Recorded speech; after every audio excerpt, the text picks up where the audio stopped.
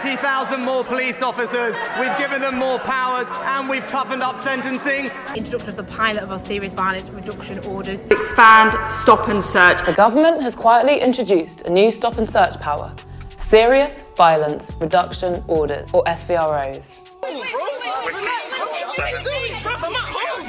Someone subject to an SVRO can be stopped and searched by police at any time or place without the need for reasonable grounds for suspicion.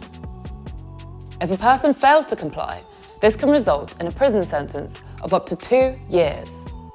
A person can be given an SVRO if the court believes they used or were in possession of a knife or bladed article when an offence was committed.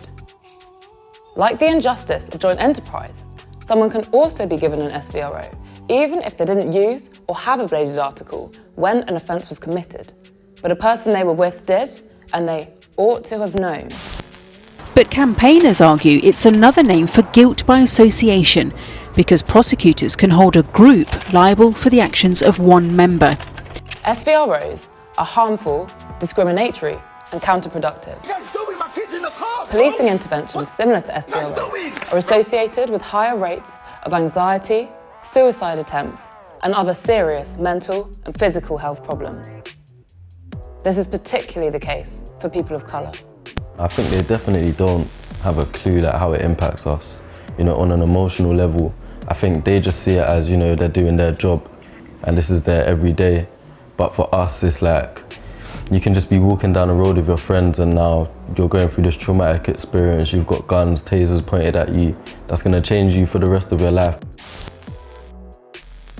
High discretion police powers, like SVROs, create deep racialised harm. Under Section 60 stop and search powers, black people are 18 times more likely to be stopped and searched by police. These powers disproportionately push people of colour, black people in particular, into the criminal justice system. In fact, the evidence shows that these police powers don't even reduce or prevent serious violence. Section 60 stop and search powers had an overall arrest rate of just 0.5% for offensive weapons between 2001 and 2021. We found no evidence demonstrating that court or civil orders reduce offence rates, and multiple studies show that they actually push more people into the criminal justice system. SVROs have been introduced as part of a broader expansion of police powers, alongside the erosion of safeguards and avenues for police accountability. The Home Office has kept critical information about their rollout shrouded in secrecy and won't publish an evaluation of the scheme. We must have avenues to hold the police and government to account, especially when they will impact people's rights and civil liberties and will likely be discriminatory. Tough on crime policies are not only ineffective in reducing or preventing serious violence, they actually exacerbate its root causes.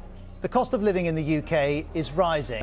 All 7 youth clubs have shut down in the past year. Across the city, schools will be £360 million worse off in a few years' time.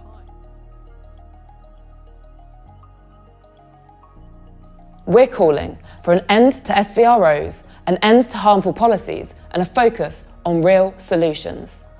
These tough on crime policies are designed to win votes, but do not rely on any credible evidence.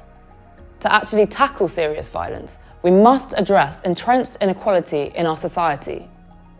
It's time to stop handing the police more power and funding and instead invest in community-led responses to harm, both within and beyond the state.